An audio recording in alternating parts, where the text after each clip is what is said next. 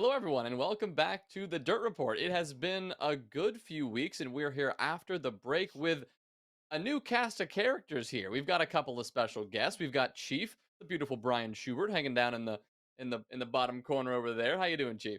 I'm doing excellent. I'm so excited to be here. You always have them on Sundays. I'm like, I can't ever watch them. I can't ever be part of them. And thankfully, it's not Sunday. It's Tuesday. So I get to see all of your beautiful faces. Well, in addition to the beautiful Chief joining us tonight, we've got Anarchy. We've got Grant coming in from NC State. UAH declined the invitation to come go for the 1v1 taco showdown tonight. So we just had another NC State player come in to continue to slander UAH. Anarchy, how you feeling? I'm doing pretty good tonight. It's good to be here. Good to be with you guys. Awesome. Well, as always, a quick welcome back and a recap of where we are sitting in all of our respective leagues because we sit right now in, this in between where leagues are starting to finish up and we are starting to, get into what is going to be a pretty sizable break before next semester and really things start to kick into high gear. Here in CR6, we just finished stage 2, the regular season. All the open games are done, all the premier games are done. We know who's going to be relegated. We'll get back to that in a minute. And we are looking forward to the playoffs, but those do not happen until the end of January because, of course, we're got to wait until winter break is over, the new semester starts, and rumor has it there's a cheeky little CR6 winter season being thrown in the mix. So stay tuned for information about that. Over in the collegiate championship, we just had our final for the preseason in, of course, that standard preseason league. And the rec league, they still got some shenanigans going on that we haven't been paying attention to. I think that game is yet to be played. But UAH and NCSU, they went at it in an all-out 5-map, ended up being 4-map brawl, and NC State came out on top. That one's all finished up and the prize pool distributed. And finally, CEA invite finals, those ended several weeks ago, but the open finals were pushed by like a month and a half, and those are finally coming up this week. 2 days from now, on Thursday, that is going to be NCSU, B, and Cincinnati, I believe. So those teams will be going at it in a much awaited, open team kind of brawl here, and we'll see how that one goes. Taco, I talked about your match with UAH, and I think that's something we're going to come back to a good bit tonight. Just tell me before we really get into the good, the bad, and the ugly, how did that game feel? Well, honestly, Jonah, to keep it 100, to keep it a buck, as the youth say these days, I was so happy when that game was over. Let me tell you something. All right, Tom Clancy's Rainbow Six Siege has been out for about 6 years, and I love it. Can't get enough. It's probably one of my worst character traits because the game's awful. But oh my gosh, I never wanted to touch it again after that game. It was so unfun, but we got the dub, so that's all that matters. Yeah, got a I wouldn't say the cleanest dub. You did drop a map, which I Mhm. think I personally was surprised to see. UAH was ended up taking their own map, a clubhouse. Grant, you dropped 17 kills on the opening map, yet your team just could not pull out the win. What the heck was that about? Yeah, I mean, we tried our best on club, but they got the better of us. I was kind of slacking during overtime, but I guess I guess we just weren't really prepared. We didn't scrim enough or practice as we were well known to do. So we didn't do that enough, and they caught us on the back end of that. Pro tip, All don't right. take them to Well, club. right. We talked about it a good bit, Chief. I know GCU have had some experience playing against UAH. Klimpse and Chief. I mean, you both technically, under that GCU banner, and you both have been slammed by UAH on several occasions. So talk to me about this UAH team that we saw go against NC State. Was that the team? I'll start with you, Chief. Was that the team that you guys have become familiar with over there at GCU, or was it a entirely different beast? I'm actually going to go back in time maybe 8 months or so, and I'm going to make collegiate players angry with this statement. Alabama Huntsville has probably put in the most amount of effort out of any collegiate team I know. Like, I'm going to be straight with that one. They have been playing in weekend tournaments. They were playing in the SSG Invitational with KG, and I was so impressed with the way that they were playing, the effort that they're putting to grind like T3 teams. Like, I'm going to be like good news Brian today, like, because their hard work truly paid off. Like it really did. And they've been on my radar as a caster. And then when we were playing them, what, 2 weeks ago, and then a month ago, like they were a team that we needed to respect. And I know some of the guys at our VCs are like, oh, they're dog, they're terrible. And I was participating in the BM because as their coach, it's my job to, hype them up and talk some crap, throw some daggers at people's way. But no, truly, Alabama Huntsville deserve to be in that grand final. And like hearing some things on Twitter, seeing some things around, man, like people were kind of like poo pooing on them. But I think Alabama Huntsville deserve to be there. Again, I think people didn't respect them. Like, if we go to like their map wins going into like our final match when we were playing them as GCU. Clubhouse, they played it 10 times and lost it once. That was to Purdue, 7-1, and then they go into overtime for the R6CC match, and then that's an 8-6 for them.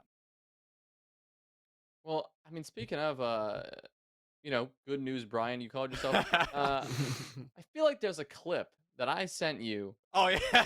a couple weeks ago. I clipped it during that UAH game because you came in that VC and you said some choice words Oh, about 100%. UAH.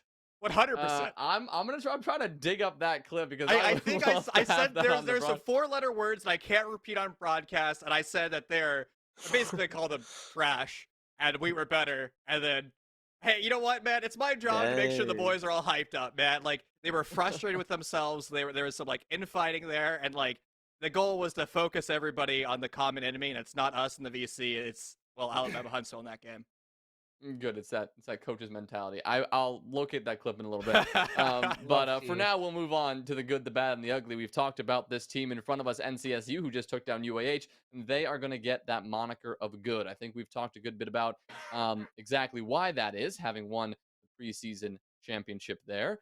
But other things to talk about NCSU, with that win, they've actually regained the top spot, and we'll get to our rankings shortly. They've regained the top spot in collegiate right now from Converse after a strong win over Converse, only a couple of weeks after Converse absolutely demolished them on Chalet. Taco, I know we've talked a little bit about that, and I'm going to get to JM. I know I got to talk to you and your clean shaven face in a moment here, but Taco, before we get to JM, how did you prep for that game against Converse? I know UAH is another different beast, but you guys just got murdered by Converse, 7-2 on Chalet, and you look bad. You come out on Converse and you 2-0 them on Oregon and on Bank. Bank a little surprised there. How did that prep go, and how did that win happen? Um, Jonah, actually, I'm glad you asked because this is something that's probably pretty unique for us at least. Is actually we did not, unfortunately, with the way our finals was working out, and actually Pred got pretty sick the week before we played them. We actually didn't have any time to actually do any really prep.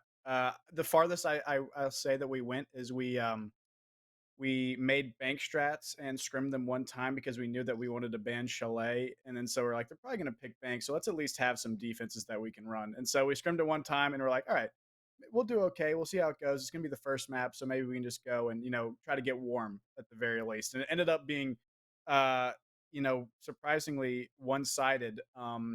And to be honest, I was probably off the back of, I think Rai Rai on the SMG 11 started like 10-1 or 9-1. So the guy was absolutely just dominating. And so that was a fun thing to be a part of. I think honestly the game against Converse was a lot more rewarding than the grand finals. But yeah, I'm glad that we were able to walk away with that one.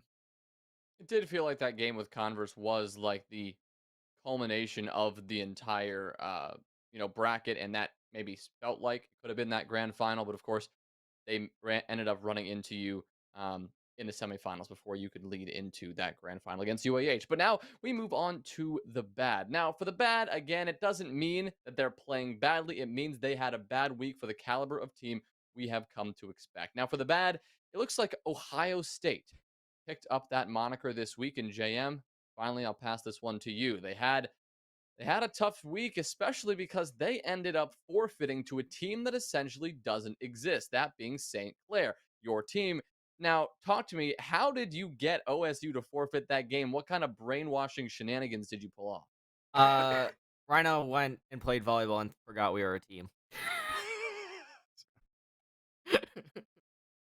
That's brutal. Yeah. So he just forgot you existed and Yeah. ended up forfeiting the game. Yeah. That sucks. But Yeah. why is OSU our bad team for this week? They've also lost to Purdue twice and Akron, and then of course FFing to us, which will put them into the relegation spot.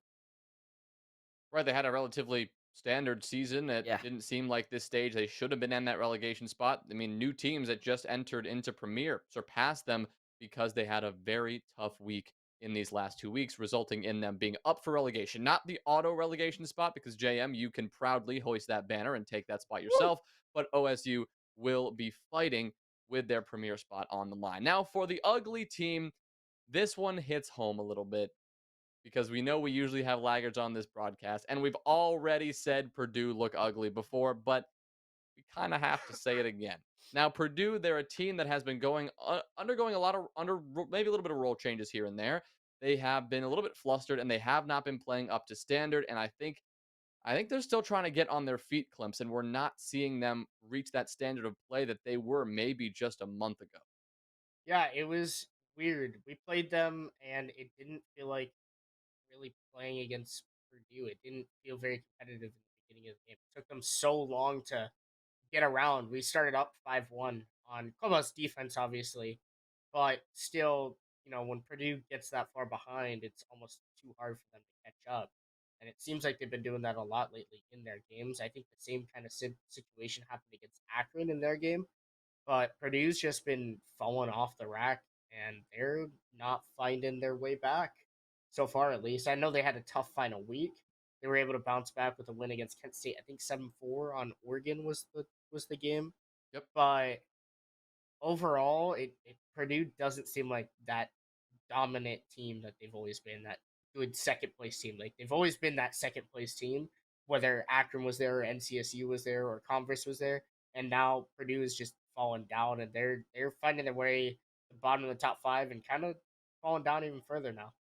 Yeah, they're starting to teeter on that edge, and it really started, mid-November. They lost to Wisconsin in a surprise loss in CEA Open, a league that really they should have had almost for free, it seemed. Um, but losing that game, it kind of put them into this downward spiral. They had that fire lit under them, and they wanted to make role changes. It's unclear, what their role changes they're sticking with. I mean, we've seen Laggers. He played a little bit of entry this weekend. He played a little bit of support on the defensive side. So we'll see exactly where they land. It does seem like this next month or two is going to be that transition period where they try to get their feet under them again. They've got an in-person LAN event coming up in January, and that is where, that's kind of what they probably got their eyes set on, as this is their, I don't know, Super Bowl, you could say, over the next 2 months. That's their final. They want to perform their best when they get there. But that's the good, the bad, and the ugly. And that's going to take us in to a little bit of a stage 2 recap here, rather than spending an hour and a half on the power rankings, because there weren't that many games this week, so we don't have a ton to talk about when we get to those rankings in just a moment. Let's kind of recap CR6 stage 2 and see what were the big storylines, what were the big matchups, and kind of what are we going to focus on as we head into the playoffs. Of course, playoffs still to happen in stage 2, but the regular season now completed, and a couple of big teams to focus on. I think I'll throw one out there, and even though they haven't been necessarily great in CR6 specifically, I don't know if they're even in CR6. As a whole, this collegiate ecosystem, let's talk about Arizona State, a team who came out of nowhere. Chief, I know you've seen them play before. They came out of nowhere, and they started to get to take names. They took down Akron, and they were looking pretty good. Well, I mean, you have experience on that roster, right? You have Baca, CACL, CACL champion, right? I mean, that's experience there. You have Cravington from a men's. You have Pindy, and like you have this culmination of talent. And it's same scenario we were talking about Alabama Huntsville. I think Team IMAT comes into that series and they say, "Oh, it's ASU. They don't play in CR6. They only do R6CC. They're nobody. We're just gonna steamroll them." And again, you have to look at experience. And with Baca and Cravington and Pindy, I think people are just underestimating some of these new teams. Or you know what? I'm gonna make more people mad. I don't think people are doing their homework. I don't think people are preparing for these matches enough, because I think those top 5, 6, 7 teams, they've become complacent and used to being the best teams. And now Alabama Huntsville, ASU wants your spot. Yeah, ASU, surprising a lot of people, and it looked honestly, I love to see that kind of Yeah. thing. I love to see one of these teams that are kind of on that edge, or even just kind of buried deep and open, and then bam, they beat a big name and they make a name for themselves. Mhm. They'll be on our power rankings yet again this week, and I don't see them going anywhere anytime soon. And thankfully, I've just received word that they will be joining CR6 in stage Woo! 3. So we'll get an idea to see how they stack up against CR6 Open teams, and they will eventually, theoretically, have their shot at making Premier, if things go well there as well. Now, we look towards a couple more storylines. We look towards UAH, a team we've already talked about, but they haven't come out of nowhere, but they have indeed made a statement and have climbed to the top, making it into this top 4. I think this week, maybe even top 3. And a team that was buried deep in the middle of this pack. I mean, Taco, that is something that we don't usually see very often. Yeah, I mean, credit where it's due. It is very difficult to rise kind of above the average kind of mid-tier top 25 team.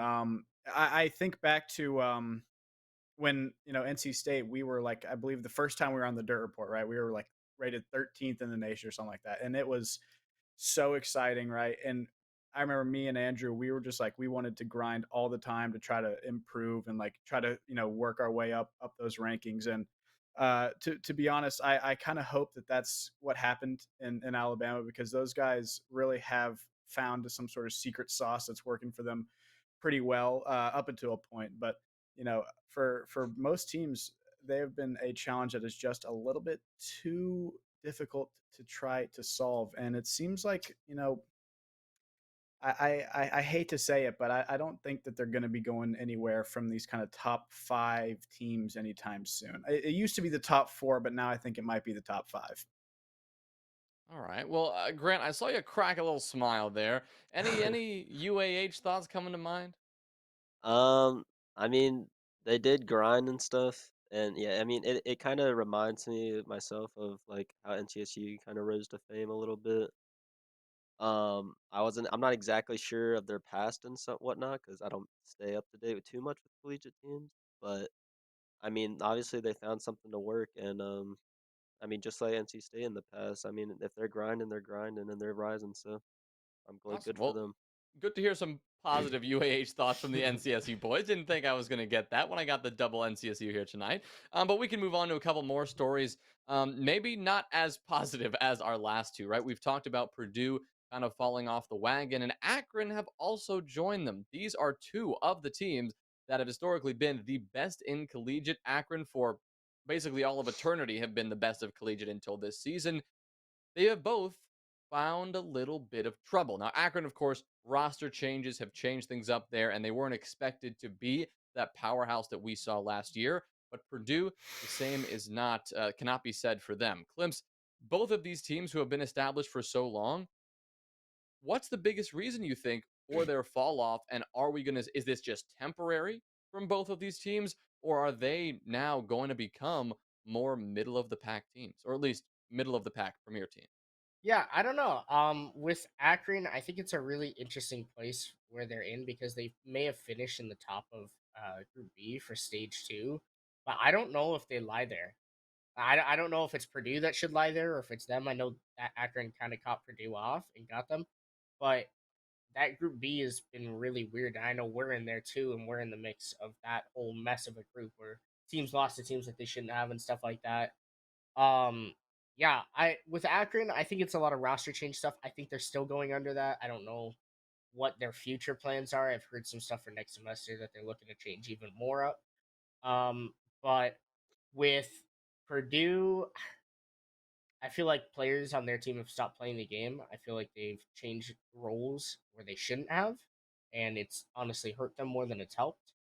And I think that Purdue's stuck trying to do changes that are unnecessary, and I think they're more complacent with some of their practicing and preparation. Possibly, I can't tell you from the inside, but from the outside, it seems like they're trying to change roles to make up for the lack of their preparation, and I think that's their biggest issue. Can I All jump right. in here Well, quickly? yeah, go ahead. So okay, two things for Purdue. If you're playing Alabama Huntsville, fan club. That's my tip one. And if you want to go to club, make sure Taciturn doesn't have Monty. And I know he's scary on Blitz too, but it's not as scary. Trust me. And then for NTSU did that. They heard you, Chief. thank you, Anarchy and Taco. Thank you, Yeah, of thank course. you. But also for for Akron, guys, walking into bomb sites with LMGs does not win you collegiate games. Sorry, Akron. Oh, It oh. almost does. And Almost sometimes doesn't it cut does. it though. Sometimes it gives you an ace. True. Oh no, Jake. True. I say Doing it against Akron might work too, apparently. one of Akron's lowest moments, I do believe, was a 1v3 tack-a-turn on the Monty on Cafe against 3 talented players. And yet Tack wins that. Props to Tack, don't get me wrong, but that really felt like the day Akron died in my mind, right? Where they really started to fall off was when they let that happen. Because everyone talks a lot of crap about Tack and his operator choices, his Monty, his Blitz, his Clash, and his Caviera. And when they allow that to work, things get a bit troublesome. I mean, NCSU, you guys allowed the Tack Cav to work a little bit on some maps there. Taka. But no one got Ugh. interrogated, so that's new and exciting for everybody. Well, the final thing to do, we are moments away from getting to our rankings, but before we do that, the last thing to recap of stage 2 is all the relegations and those promotional matches that we are going to have coming up. Obviously, in the R6CC preseason, there's no established league technically with a regular season and a playoff. It's just it is a tournament and there's no relegations. But here in CR6 and over in CEA, relegations are a big factor, especially in CEA, and that's where we're going to start. This is where I'm going to throw in my 2 cents. I know I don't usually go pretty crazy, but I got a little bit to say about CEA and the way they're running their invite league right now. As you all know, CEA invite looks a lot different from CR6 Premier, and it's great to see those new teams in the mix. But what's not great to see is teams that don't ever win games and teams that don't even play their games. WMU, they didn't win a single game all season. Mizzou, they just forfeited. Rutgers only won because Mizzou forfeited. And NAU beat Rutgers, a team who didn't win anything else. And they won because Mizzou forfeited. So right now, you're dealing with a league who's got a lot of teams who don't play the game anymore. And because NAU, Rutgers, and Mizzou are all in the same conference, the way it stands right now with CEA is they are not all getting relegated. And that is a problem because you are going to have teams who don't play the game in invite competition. And that doesn't go well. Rutgers has been in there for far too long. UTSA, I think, is the only bottom team in there who really can hang with the big boys from time to time. But an even bigger issue is NCSUB, a team who has made the finals, is being overlooked for invite at all. A team who has proven they are better than most, if not all, of the CEA Open competition. They are being overlooked for a spot in invite against teams who haven't won a single invite, and I bet they wouldn't even win half their open games all season. WMU and Rutgers specifically. Now, that's a big problem, and I know Taco and Anarchy, you guys have, especially you got some skin in that battle. Taco? Yeah, it's honestly frustrating. I bet honestly though, if I'm honest, if I asked the B team players if they wanted to be in invite league, they might not say yes. If I'm being honest, because they don't, they're just enjoying playing the game and stomping on teams. So maybe that isn't the place for them. But if they did want to be there, I feel like that option probably should be there for them. It seems like a precedent was set, I believe, 2 years ago, maybe.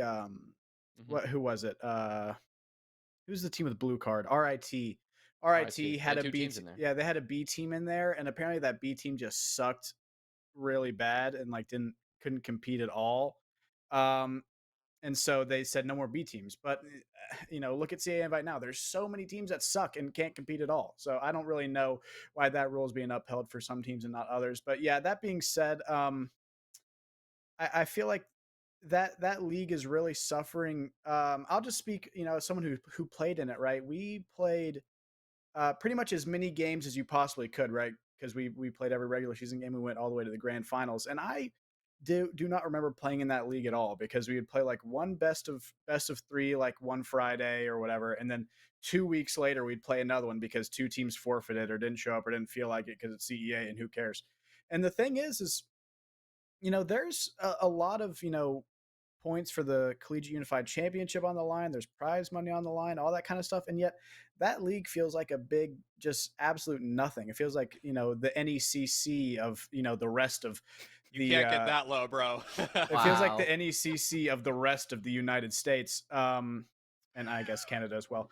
But yeah, CEA is just something that's been kind of, lackluster. even like the streams, like they'll have top teams playing each other, and just All right. nobody's watching them. I'm sorry, I'm It's getting okay. off track, It's okay. but Listen. CA, they have an important role in this community, and they have a league that's free and is, still good for experience for some teams who want to get an experience. So let's not go too overboard here. Just wanted to get a comment in about the let relegations the B because team Taco, play, I man. Let I them play. understand. Yeah, and the B team's getting gypped, so obviously your feelings are coming from that. And I'd love to see some changes. They've got an opportunity here because they had Mizzou withdraw from the whole thing. They don't have to stick to whatever rule book that they've revised 2 years ago after the RIT situation. They should use this moment to allow teams who deserve to be an invite. Cincinnati, they should be there. I think that is going to be expected. But the rest needs to be handled, I think, and that is going to be interesting to keep a look at how that situation develops. Love to see some top competition in every collegiate league possible. But finally, in CR6, let's take a look at the relegations over here. We just finished our regular season, and so we don't know until playoffs who the open teams are who are going to either get auto promoted or get a chance to fight for that spot. Well, but we do know the premier teams that are auto relegated and are fighting for relegation. JM, talk us through those. Okay, so the auto relegated teams are Oklahoma and St. Clair, of course, because we don't exist. If you ask Reno, Our last game was really fun, Jake. I just want to that throw that was out a there. great game. That was a great game. 10 out of 10, nice fight. And then Vespa and Ohio State are playing relegations. Vespa, formerly known as Virginia Tech. Then Ohio Virginia State Tech, did Virginia Tech play in has relegations last yes, stage? yes they And did. they won. Yeah. Okay, so Does lightning strike well, they're twice? I hesitate to say so. I think they might. I think the L's coming this time. I don't know who they play, but honestly, get 5 heartbeats and handshakes on the other team, and I think they'll be all right. Well, let's take a look at our power rankings for the first time. And with that, we can bring up some of the honorable mentions who didn't quite make the list. Here are your power rankings for week 11 of this fall semester. And as you can tell, not a ton of substantive changes in the middle and even towards the top of the pack. The biggest change is that North Carolina State have retaken their top spot as the best team in collegiate, Converse dropping to second, Alabama Huntsville holding out in third. Now, Akron, they were down in that 7th spot just a couple weeks back, but they have regained their 4th spot because Purdue have started to slip on down this list. First of all, we've talked about this top chunk of teams a good bit, and so we don't need to focus on them too much. I do want to focus on the teams who are not on this list. Some of the honorable mentions, Taco, you just mentioned that we don't quite know who the teams are that are going to be playing against those premier relegated teams for that spot. And here are the open teams that either on this list or not. So obviously, you've got this bottom 5 group of NJIT, Alabama, CGC, UIC, and Cincinnati. That is a strong group of open teams who are making a name for themselves. But in CR6 specifically, you've got UBC, you don't see on this list. They were on the power rankings a couple weeks back because of a great win over Alabama Huntsville, and they just came out of nowhere and started taking names, much like Arizona State did. But then they had a little bit of issues. They couldn't win their relegations match, and they stayed in open. But right now, they are the top Western team. Now, Texas A&M, they are tied for first in Central. Over in the East, we've got a 3-way tie for first with 3 names that you may be familiar with. ODU, that's one of them. JM, I know you're a fan of that team. You've got Trine and RMU sitting nearby. So we could see any of those names vying for that top spot. Chief, I mean, I know you don't have a ton of experience, working with these open teams or even casting these open teams, but in your experience, you've casted a lot of these premier games. You've casted a lot of teams who are coming out, and kind of making a name for themselves. In your opinion, what will it take as a coach? What will it take for one of those teams to bridge that gap and make that jump into premier? Strong foundations. One of the things that I seem to scream when I'm casting is the inability for teams to drone. It sometimes baffles me.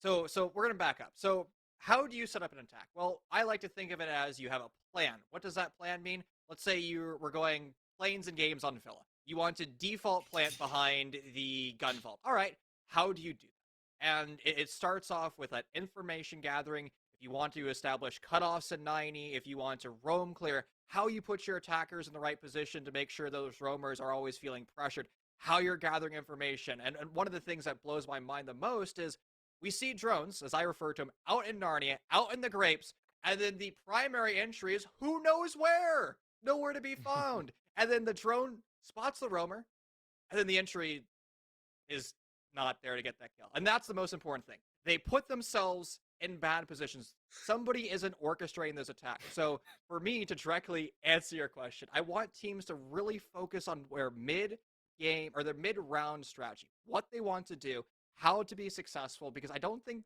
teams are making that dialogue. All right, Taco, you got those notes down? Yeah, I got it. Yeah, down. Hayden, Hayden, Alright, did you get good. that? Sorry, Can practice that it's later. finals week. It's a force of habit now. Yeah. Well, that's good to hear, and it's good to hear, someone looking out for these open teams. And I mean, looking back to last stage, what we saw was the only actually open teams who made it into Premier were the teams who got auto promoted. Both the teams who actually were up and had to fight for their spot. Um, who was that? It was UBC for one, and it was Ulsa and someone else. Someone. For what? for stage one. Yeah, it was- Sorry, I just Who Face lost is the sleeping relegation over game? here. I'm just here, man. Yo, Tango, you know? Stage one who played Gosh dang it, relegation. Come All on, right, Tango. who doesn't know? Nobody Tulsa, knows here. Oklahoma. Somebody will Tulsa have and to tell. Oklahoma were the Somebody will ones have that to had tell us play. that. Does Can't Liquipedia remember have it? the Hold up. autos. Quick All right. The Wikipedia autos search. were Iowa State and I don't No, remember the other autos team that getting got in. auto. It was a Penn State and Kent State. We know that. Yeah, I'm talking UBC, about I the know auto they lost, relegation. and then Kennesaw. That's right. Thank you, Kennesaw. Stas. Big clutch there. So Kennesaw and UBC, they both lost their games. I would love to see an open team not only get auto promoted, but I would love to see them actually fight and Please. win and deserve that spot. Always good to see new Please teams in do. Premier. It not only means that you have a good chance to play against the best of the best, but it means that those guys can be tested. And teams like NC State can't just sit there at the top, just chilling and doing their own thing because somebody's coming for them. Maybe they don't know who you are, but you're constantly, every single night, you've got a picture of Taco's face on a dartboard and you are throwing darts at that thing. That's what UAH have been doing for weeks. And we know that it got them at least to the grand finals of R6DC preseason. So that's something, right? You've got that goal in mind and would love to see you guys get there. So we can return back to the power rankings one more time and really take a look at any of the other substantive changes. Again, we haven't seen a ton. We obviously have Ohio State here dropping down in the middle 2 spots. Of course, they are up for relegation. Arizona State moving up mostly because Oklahoma State are moving down a little bit. A team that JM, from what we can tell, is just struggling to field a consistent roster. Yes. That's facts, JM. Yeah. Good. Now, Sorry, I Now- was James I was spitting doing right now. something. Sorry. it's all right. UNCC making a 2-point increase as well to that 19th spot. They looked good, and actually they took a map off of NCSU, which is always something to pay attention to. But really not a lot to talk about on this power rankings as a whole. If you ever want to keep an eye on those, take a look at the ticker at the bottom of your screen.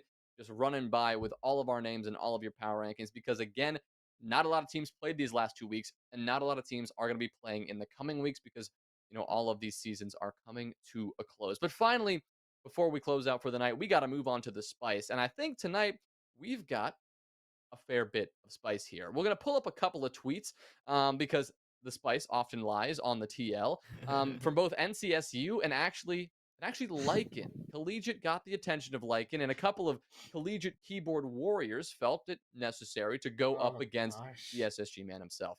Now, we're going to pull up the NCSU tweet first. It was a victory tweet after taking down UAH and had some choice words for the way UAH were playing things out in those final rounds. If you can take a look at the tweet in front of you, you can see the Taco dropping 12, Anarchy 17, but then UAH, what perks their ears up is really the Habana Elite Skin. Taco, walk us through exactly what happened. Yeah, so for anyone who's not aware, there's a glitch in the new update going around where if you, I think something that has to do with like the new elite customization, if you like put on the operator card or something for the new elite, it will put the uniform on and you can't take it off no matter how hard you try. And unfortunately, it struck our poor Rai like the plague, right? He can't seem to shake that elite skin. And this has been going on, since the update. So I think we've played 3 games, and we've asked every team before the game, like, hey, this is just letting you know, like, this is what's going on.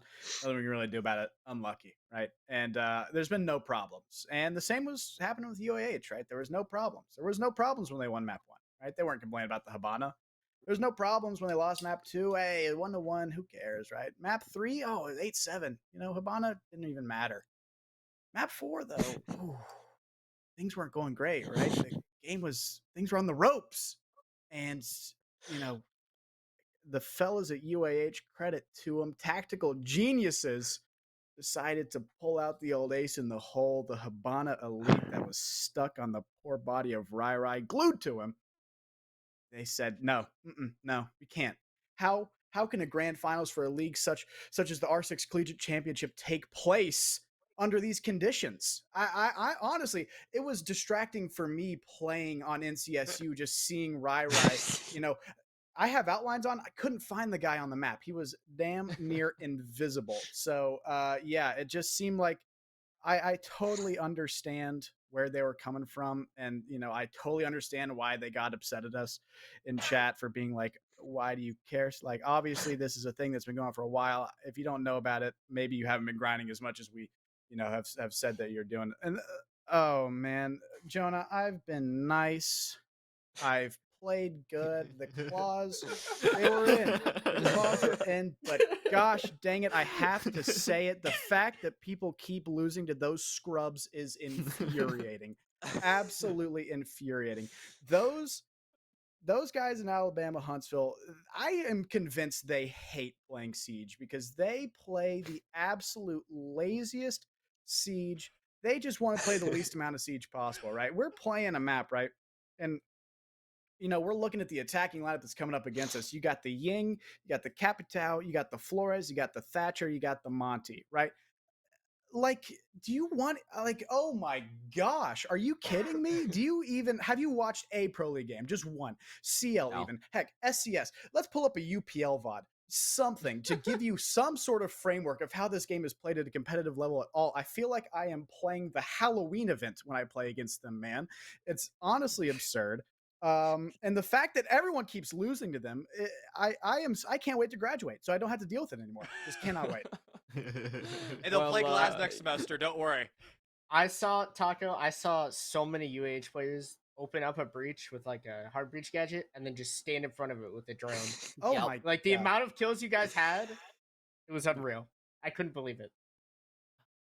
Well, I know that UAH, sooner or later, we're going to get one of those bad boys on this broadcast because Taco has Please. done more than enough Please. slandering of this team without hearing them respond. So I am doing my best to get one of them on this broadcast tonight. They were unavailable, but hopefully in the future, I foresee this rivalry going for quite a bit because if UAH have proven anything over the last couple of weeks, that they are here to stay. So we may be seeing this battle become more and more common. So when we do, we'll hear from UAH and their side of the story because all we have right now are their in-game chats and the weird play style that Taco keeps highlighting. But now let's look at this Lycan tweet that I was mentioning. He was commenting on SI quals. SI quals were happening, and he was commenting on the lack of collegiate players in the mix. Now, first of all, good that collegiate gets attention from the man himself, Papa Lycan. But then I think it was Inception, good old admin for CR6 and player for Oklahoma State. He goes in with an all-out war trying to explain why the situation here. We've got the tweet up for you. Tango Mango down, cooking away in the booth as always. I can understand the numbers being low for teams signing up for a certain event. You're probably sure you can't make it or not if you're a T3 or T4. However, there should be 50 to 100 college teams signed up. This is excellent practice for them. Taco, what this tells me is that Lycan is paying attention to collegiate. Is that what it reads to you? What it's reading to me is that Lycan, in fact, does not pay attention to collegiate in any sense. Because if he had even so much as taken a glance with his infinite Rainbow Six Siege wisdom, he would know that collegiate teams do not practice. So great practice is any practice, really. So, I guess he's not wrong in that regard. It would be great practice for them, but it doesn't seem like that's really high up on their list of priorities, looking for great practice. How can we maximize our practice time? Step one, you got to have any practice time. So no, I don't think Lycan really pays attention to collegiate. in an ideal world, he's absolutely right.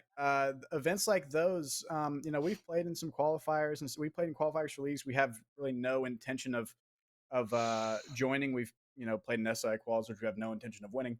But yeah, playing against those different play styles, quick rapid fire games against, you'll have a team that plays one way, and then 15 minutes later, you're going to play a team that plays an entirely different way. It's a really good way to practice, adapting on the fly and being able to handle different play styles, which is something that is pretty useful in collegiate because everybody plays just a little bit different from on a scale from Purdue to UAH. And so I think it is really good practice. So, keep an eye out for events like that in the future. In all honesty, all jokes aside, I do think that he is right in that regard. Well, Chief, Taco mentioned practicing here, and I want to talk to you a little bit because you have just stepped into a GCU team well known for not practicing. Have you been able to change that mentality a bit? Or are you still trying to get them back on the scrim train? We scrimmed twice this week, so Wow. NCSU claims we dodged Whoa. them, but I think so the good old Drew's got to clean out his ears.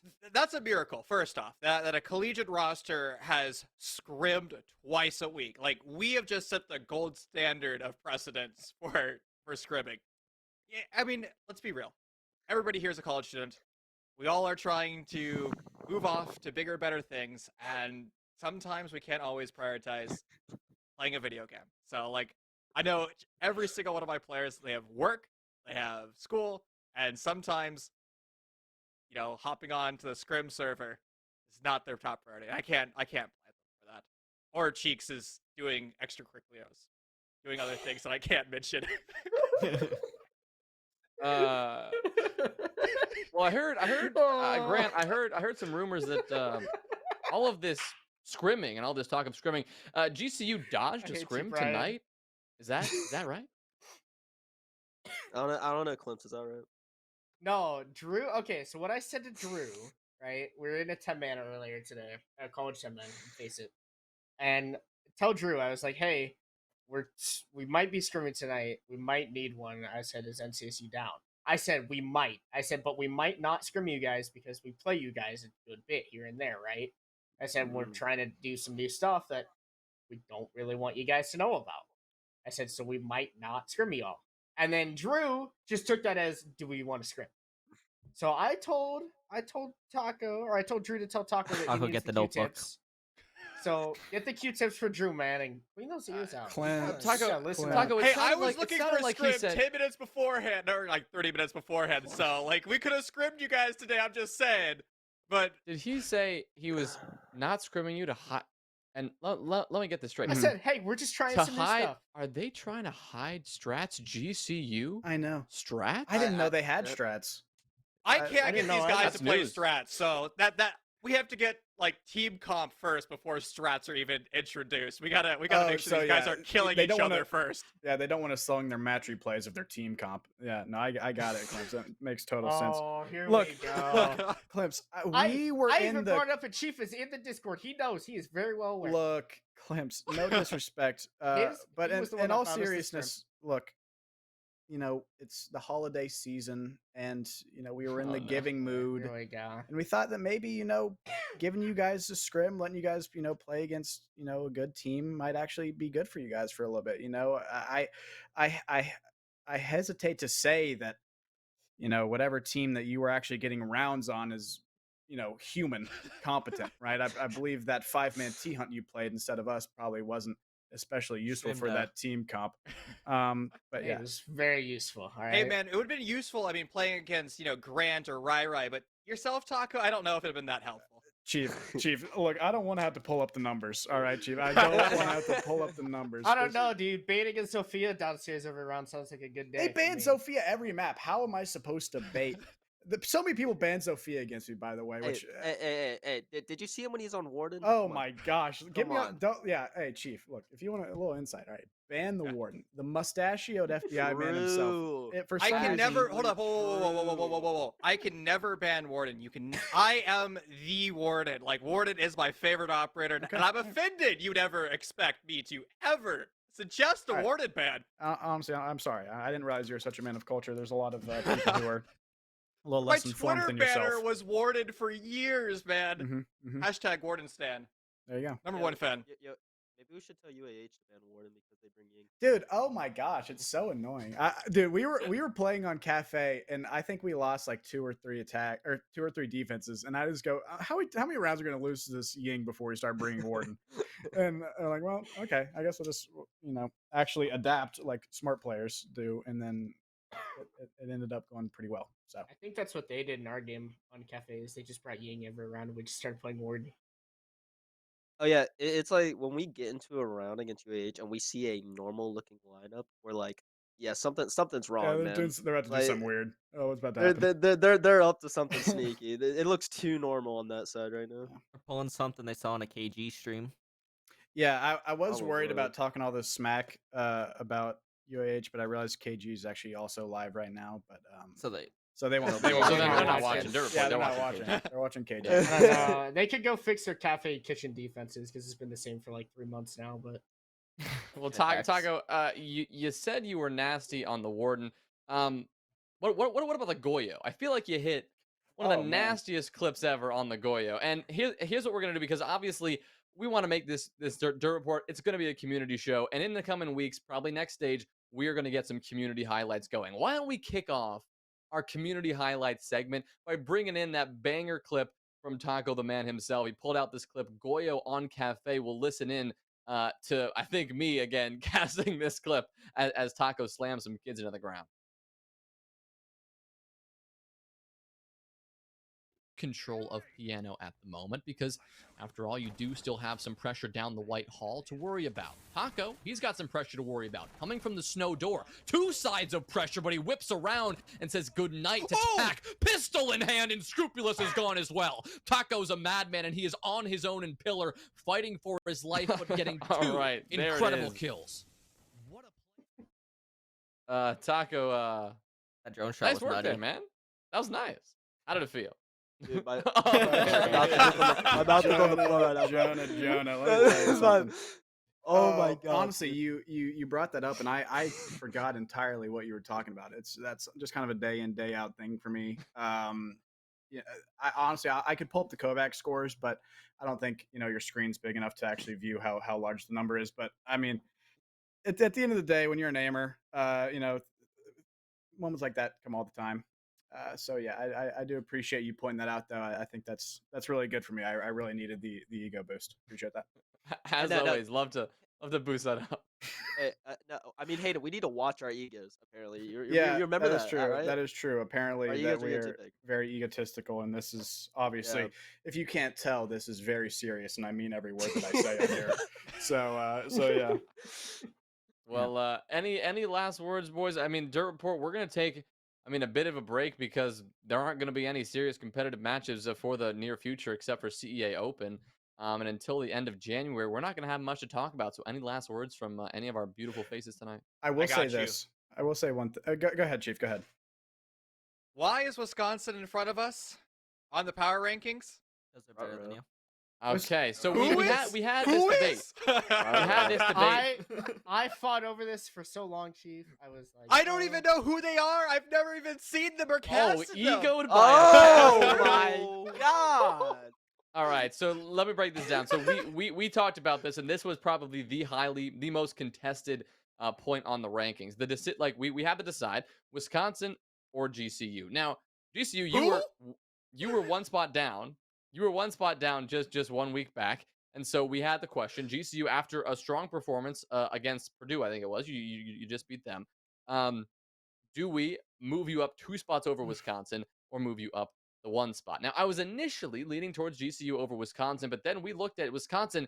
They just, only a couple weeks back, beat Purdue, and beat them a lot better than you did. That was most of our justification, but Klimpse he was just not having it. Never seen them before in my Oh. life, so it's whatever. I I'm not bitter or I don't like anything. the discussion. I don't know, On Chief. paper, I still think we're 10 times better than Wisconsin, but We'll Not we'll the just Dirt slap Report them next time. guys. Here's the thing. Here's the beauty about the power rankings, right? It is up to individual teams to rise to the occasion. So Mason over there, man, like we'll just have to, Prove We were 2 ourselves. rounds away from beating UAH, who's number 2. Well, we did throw. So I didn't let's see be real. Wisconsin playing against them.